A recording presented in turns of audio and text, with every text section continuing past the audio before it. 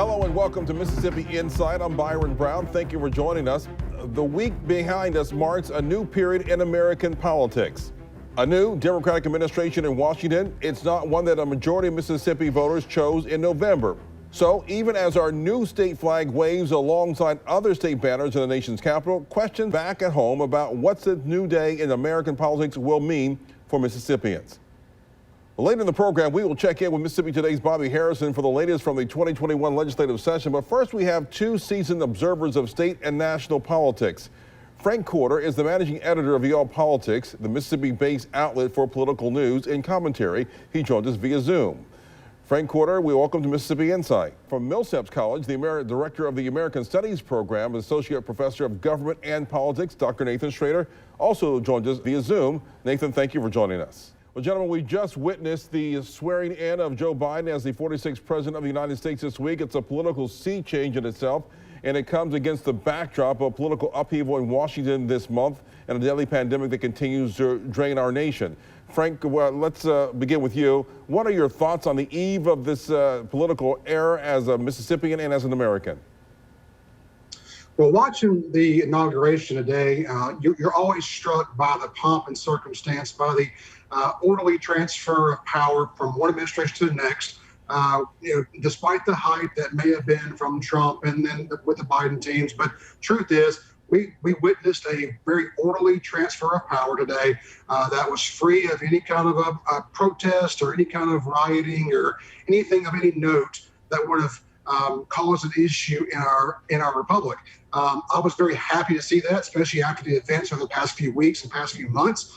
It was very good to see that we have now moved beyond perhaps some of those antics and into a new era, if you will, of trying to find ways to govern versus just talk at each other. And Dr. Shrader, tell us your thinking about the weekend amid this huge political transition. Right. I was comparing the speech that President Trump delivered 4 years ago with the speech that President Biden delivered here this week. And to me, there was a striking difference between the speech from 4 years ago with Trump. It was very dark. It painted a very kind of dark picture of America. That was the famous American carnage speech, right, where it was sort of painting as America's best days are over kind of message, with Joe Biden today talking about what we can achieve working together. And in particular, I was impressed. There was a line that stood out to me, and it was when President Biden said about to work together to end this uncivil war. You know, I think he's doing what Frank was suggesting, that echoing the point that we need to start finding ways to bring people back together to make government work the way it's supposed to work. Well, as we talk about this peaceful presidential inauguration on Wednesday morning, there's unmistakably tension in our political atmosphere. And this is a nation that just watched a failed insurrection in Congress on January 6th. Investigations of that event will continue for weeks and months to come. Dr. Shrader, do we have cause to believe that American politics are ready to move past the vitriol and violence of recent years? And what role might Mississippi's congressional delegation play in this new political normal? Well, I think that as happy as I was today that we did not see this sort of violent uprising happen as it did 2 weeks ago with the neo-fascist insurrection of the Capitol. I am still troubled by the fact that that sentiment is very much still alive in American politics, and it's out there in the bloodstream right now. And I think that this is the challenge facing, say, Joe Biden and Kamala Harris as president and vice president, and all members of the House and Senate, not just the Mississippi delegation. It's doing what Biden said today about turning down the temperature. But the problem with that is there are still going to be pockets of people out there who, no matter what he does and what he says, are going to falsely cling to this hope or this idea that Biden was not legitimately elected. And here's the one problem I see. We had one of Mississippi's U.S. senators and 3 of Mississippi's House members who actually voted alongside the position of the insurrectionists of the Capitol last week. And I think that's really unfortunate for Mississippi. Roger Wicker and Benny Thompson, of course, did the right thing and I think made the stand that was going to be helpful for Mississippi in the years to come. But I'm still troubled with the fact that we had other members of the Senate and the House delegations from our state who were very, very much on the wrong side of this historically. Frank, your thoughts on this? Well, whenever you are in elected office, you are there to represent your constituents' interest. And Cindy Hyde-Smith, Palazzo, Guest, and Kelly, they all said that they were doing just that, with trying to represent their constituents' interest. They thought that there were some issues in Arizona and also in Pennsylvania that caused them some pause and gave them a reason to object to the proceedings going forward in those two states. It didn't change the outcome of the election. It didn't change the complexion of the election. Joe Biden is still president. And so moving forward, however, I think cooler heads have to prevail. We have to find a way to get past the connotation that just because some ism is dividing us, it doesn't mean that we cannot debate and have a healthy debate and move forward from there. I do think our delegation is well poised to do just that. Senator Wicker is very well respected in the halls of Congress. Congressman Thompson will be a very big cheerleader for our state in this administration. And I do think that all four other ones, they will have significant roles. The only thing that's kind of outstanding right now is what will happen with Congressman Palazzo giving his ethics investigations. Right. Frank, given the slim Democratic control of the U.S. Senate, do Mississippi's Roger Wicker and Cindy Hyde-Smith, do they hold any particular leverage in this environment now? Well, Senator Wicker still remains the ranking member on the Senate Commerce Committee, and he will still be able to have some sway there. Senator Hyde-Smith still has her committee assignments as well on the Appropriations Committee. She's been very effective there so far, kind of filling in with from Thad Cochran's days, and has been able to direct some funding to our state in that role. But yes, it does affect our state in real terms, in real dollars, not having a GOP majority and not having a GOP sitting president right now, because our state is largely, by and large, still conservative. And Dr. Shrader, your thoughts on that?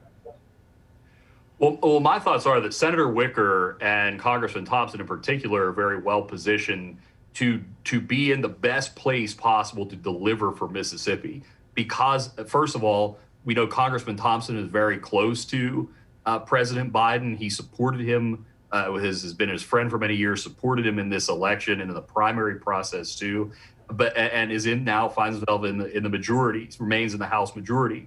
Senator Wicker was on the right side of this when it came to drawing the line in the sand, deciding, are we going to accept these election results, or are we going to allow this farce to continue just because some people happen to believe that the election was stolen? We don't need to entertain the lunacy of it, which Senator Cindy Hyde-Smith did. And I think that greatly diminished her credibility to get things done for Mississippi. And I think it greatly undermined her capacity to really be viewed as someone who's going to be a key player in the coming session. All right, and we will continue our conversation with Dr. Nathan Shrader and Frank Corder when Mississippi Insight continues after this break.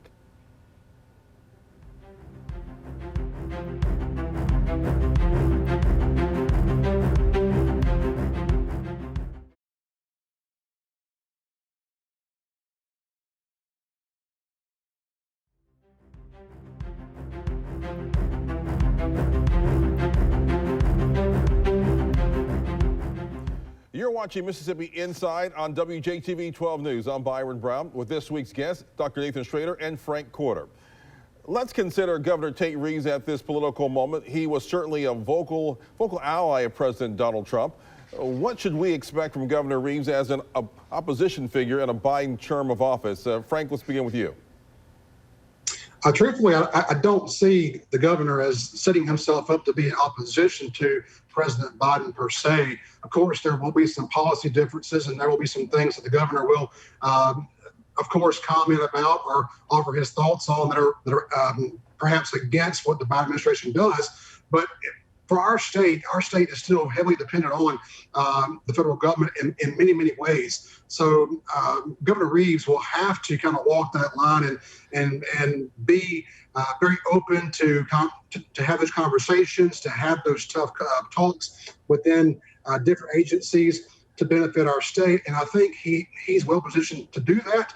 He did that in his previous positions as state treasurer and others. So I don't see him setting himself up as per se as against President Biden, but I think he will do what's right for our state. Dr. Shrader, your thoughts?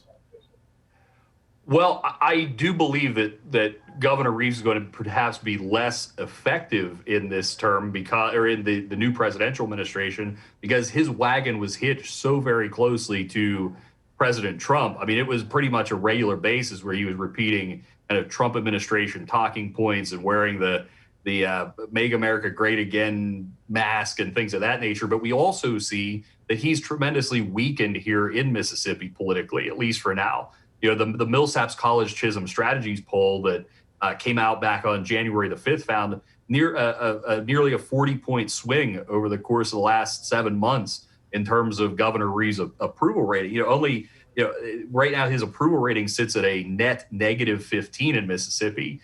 And part of that, I think, has to do with the fact that it's the mixed messaging on the coronavirus pandemic. It's the slow economy. I think he's got a lot. He has a lot that he needs to do politically to improve his situation here. I'm not sure how he's going to do that with an administration in Washington that he's very much at odds with from a policy perspective. Well, Frank, you've written this month about potential moves by the incoming Biden administration to raise the minimum wage nationwide. This is part of Mr. Biden's broader COVID-19 action plan. Tell us what your views are on such a move. Yeah, the piece I wrote was basically telling Joe Biden no. I think that raising the minimum wage at this point, given our economic status in this country, would be a very harmful, devastating thing to small businesses. And I know that, some people will say it's a GOP talking point against minimum wage. The truth is it's not. It's a real practical problem with small business. When, you have a prediction from some policy institutes that say that it would cost about 2 million jobs nationally to raise the minimum wage over the next 7 years. It could cost here about 30,000 jobs over that same period of time if you raise the minimum wage. It would devastate the most affected businesses during this pandemic, the restaurants, the small business retailers. And I think it's just a bad time to be discussing adding those kind of different regulatory policies and additional costs to these small businesses. Nathan, the same question to you. What do you think about the minimum wage push, and is Mississippi ready to follow suit? Well, look, I think that even though Mississippi voted heavily for Donald Trump in this election, Mississippians themselves are going to benefit very much from the Biden administration. In a case like this is going to lift the wages of thousands of Mississippians. I want to point out that this would be far less controversial, raising the minimum wage to $15 an hour, if we would have been doing this the right way for decades and raising the minimum wage is indexed to a reasonable rate of inflation. We wouldn't need to have such a rapid change in the minimum wage, but we do because it's so far out of date. It's not helpful for people who are trying to pay the rent, put the kids through school, and earn a living right now. The Biden administration's proposal here is actually going to be extraordinarily beneficial to working Mississippians. Even though Mississippi voted against Joe Biden, they're going to reap the benefits for those who are making the minimum wage of a Biden presidency should that plan be approved. Frank, are you buying that the Mississippians will benefit from a Biden presidency? Well, look, Byron, my stance is the same. I believe that raising the minimum wage right now, given our economic status in this country, would be just devastating to small businesses. Yes, you will have some 29,000 or so Mississippians who could see some benefit, but at what cost? How many of those will actually lose their jobs because of the raise of that minimum wage? And how many more jobs will be moved towards automation because of that change? I do not think it's a good idea at this point to move that minimum wage up, given our current standing. Well, there's also evidence presented from other studies aside from the ones that you mentioned that show there will be no net change in terms of employment. Janet Yellen had mentioned this during her Tuesday confirmation hearing. She expects no net negative change in the jobs numbers because of it.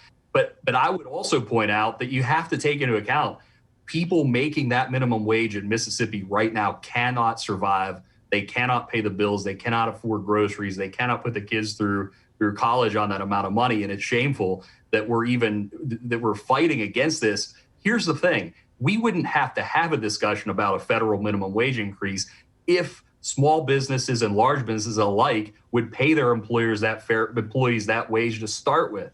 But because they won't, we're stuck with implementing a federal policy to make sure that people are able to eat, pay the rent, and survive.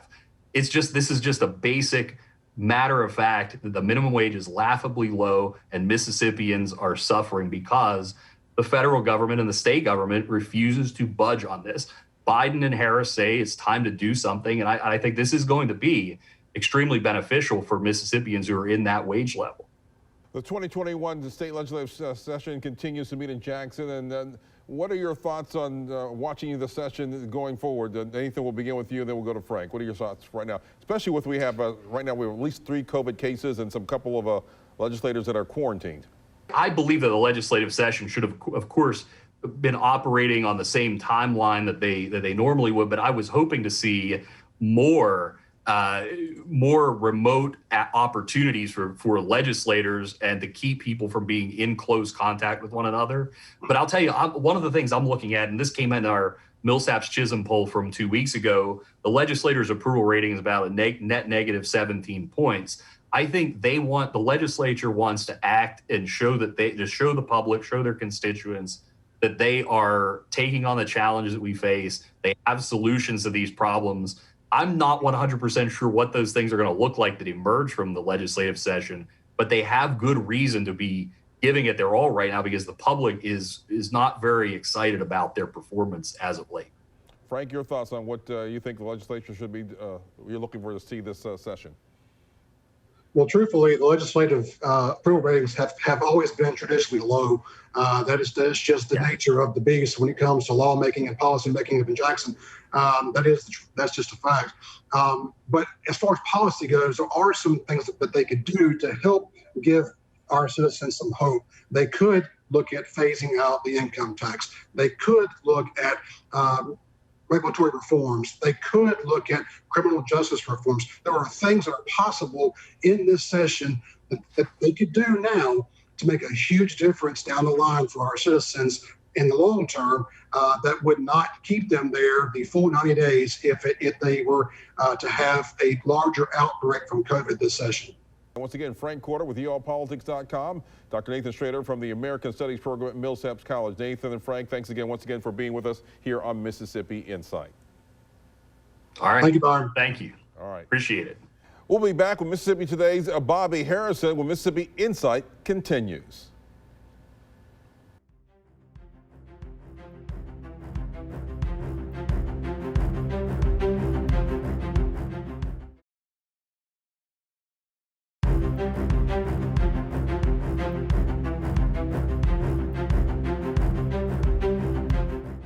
The COVID-19 pandemic has driven Mississippians to drink. Well, that's the top line from our next guest's recent column. Bobby Harrison is a senior Capitol reporter for our partners at MississippiToday.org. Bobby also writes weekly news analysis for newspapers across the state. And this month, he notes a sizable jump in state revenues amid the pandemic, liquor sales included. And Bobby Harrison, welcome back to Mississippi Insight. Hey, Byron, how you doing? Not too bad. Well, you report that there was a significant rise in liquor sales statewide as far back as last March when the pandemic really took hold. What numbers are you basing that on? Well, it was a number from the Department of Revenue during a meeting a few days ago. Revenue Commissioner Graham said that apparently during the pandemic, people in Mississippi have been drinking more, buying more toilet paper, going to and also doing more home repairs and buying more exercise equipment. So you can make your own judgment of which one of those things are good and which one of those things are bad. But it was a fact that liquor sales have been up during the pandemic. And so we're clear, it wasn't just only alcohol revenue that saw increases last year, right? No, it was not just alcohol revenue, but alcohol revenue is one of the fastest growing areas of the state budget, but also just in general, sales tax revenue was up. People were shopping more. And I think the fact that Mississippi has a sales tax on food, which most other states do not, at least not a tax as high as we have, that actually helped our revenue. It's bad for, some people think a lot of people think it's bad for poor people that we are taxing food because you shouldn't, they just think that's a bad regressive tax. But during the pandemic, with more people not going to restaurants and eating at home, that the sales tax increase was a good thing for the state. Revenues actually, even though the economy has been weak, revenue collection in Mississippi have been strong for the most part during the pandemic. There was talks that revenue collections could be like $1 billion down, but they actually been up by a sizable margin. Yeah, we are taping this interview on Thursday, and already we've seen this week some new announcements of COVID-19 cases among state lawmakers. Some have it, some have had to be quarantined. What are your sources telling you? Well, as we tape this, at least 3 members, 2 in the Senate and 1 in the House, have tested positive in the past few days. Some members, don't know how many, but some members have gotten letters from the Department of Health saying they're in quarantine and cannot come back to the legislature until they test negative for coronavirus. In light of all that, both chambers are doing more meetings online. They're going to start doing committee meetings, Zoom meetings, where the legislators can participate via Zoom, just like we're doing right now. And then also the public can watch on the YouTube pages, and they're going to try to keep the traffic in the Capitol down as much as they can. The interesting thing is, even before the session began, Lieutenant Governor Delbert Hosemann was calling for the session to recess for a number of weeks, maybe until more people got the vaccine. But Speaker Gunn and the House leadership has been gung-ho with going ahead with the session, saying we can do it online and do it safely. And he doesn't have any interest right now in recessing the session. So both chambers have to agree to a recess before one can actually occur.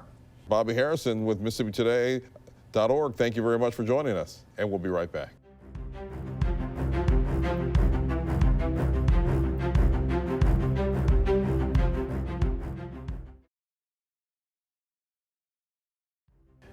Big thanks to our guests this week, Nathan Shrader, Frank Quarter, and Bobby Harrison.